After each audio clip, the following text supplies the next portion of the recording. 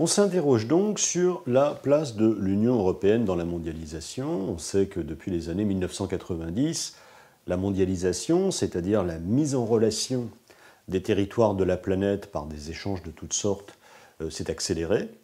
Quelle est donc la place du vieux continent de l'Union européenne dans cette nouvelle organisation de l'espace mondial? C'est ce que nous allons essayer de voir rapidement. Alors, l'Union européenne est effectivement un acteur majeur de la mondialisation, d'abord par son poids économique. L'Union européenne est un des territoires les plus importants de ce qu'on appelle les Nords. Ce sont un ensemble de pays développés à économie de marché, dont le poids économique est très important à l'échelle mondiale, puisque l'Union européenne représente 25%, un quart de l'ensemble des richesses de la planète, et un tiers du commerce mondial, commerce dont les 2 tiers sont réalisés à l'intérieur de l'Union européenne, dont on sait que c'est une zone de libre-échange. Par ailleurs, l'Europe est aussi le premier émetteur et le premier destinataire des investissements directs à l'étranger qui sont réalisés aujourd'hui dans le monde. Alors, ceci nous amène au rôle des firmes transnationales. Il y a un certain nombre de firmes transnationales très importantes en Europe.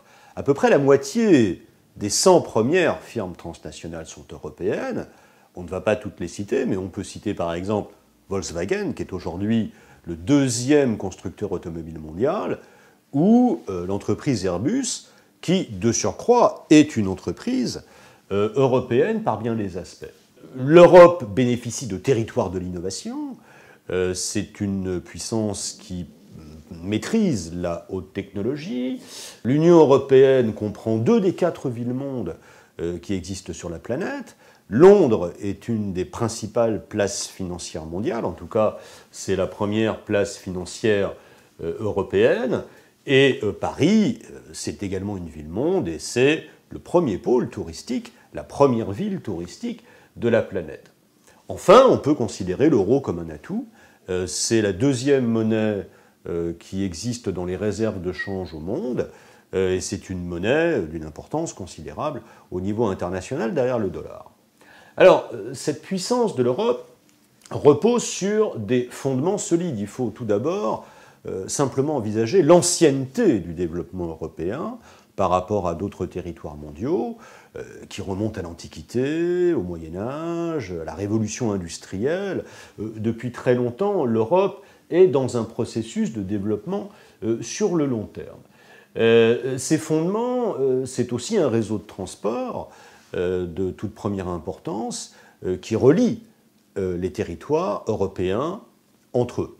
Enfin, parmi les fondements, il faut évidemment évoquer la construction européenne qui remonte aux années 1950 et qui a créé un espace de coopération original entre les pays européens, qui a instauré la paix en Europe et qui a contribué aussi à la prospérité de l'Europe, construction européenne qui consiste principalement en une zone de libre-échange, il n'y a plus de taxes douanières entre les pays membres, et qui est passé, comme on le sait, de 6 pays fondateurs en 1951 à 28 pays aujourd'hui que l'Europe s'est étendue.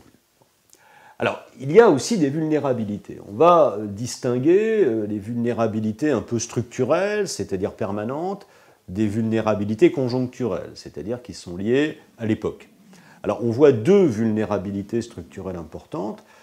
D'abord, une dépendance énergétique de l'Europe, qui est pauvre en pétrole, qui exploite peu aujourd'hui le charbon, et qui est donc dépendante des importations, en dépit des efforts qui sont réalisés en matière d'énergie renouvelable, ou en dépit de l'accent que la France a mis sur l'énergie nucléaire, qui est donc dépendante de l'extérieur pour ses approvisionnements en pétrole. Et puis, il faut noter aussi le vieillissement de la population européenne. L'Europe est le continent le moins dynamique au plan démographique. Et à long terme, cela peut poser problème. Les difficultés actuelles de l'Europe sont évidemment liées à la crise économique dont on parle depuis 2008 et qui se traduit par une croissance faible par rapport notamment aux pays émergents et par un taux de chômage qui est très important. Il y a plus de 25 millions de chômeurs dans l'Union européenne aujourd'hui. Alors, en dépit de ces vulnérabilités, l'Europe joue un rôle mondial. Alors, l'Union européenne, l'Europe peut-elle être considérée comme un modèle? Elle prétend l'être.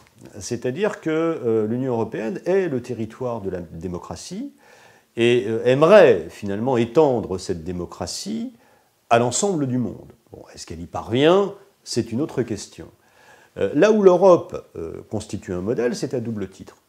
D'une part parce que de toutes les organisations régionales dans le monde, et il y en a 200, c'est la plus achevée. C'est-à-dire c'est celle qui est allée le plus loin dans la collaboration entre les pays membres, puisque c'est la seule organisation qui a une monnaie commune.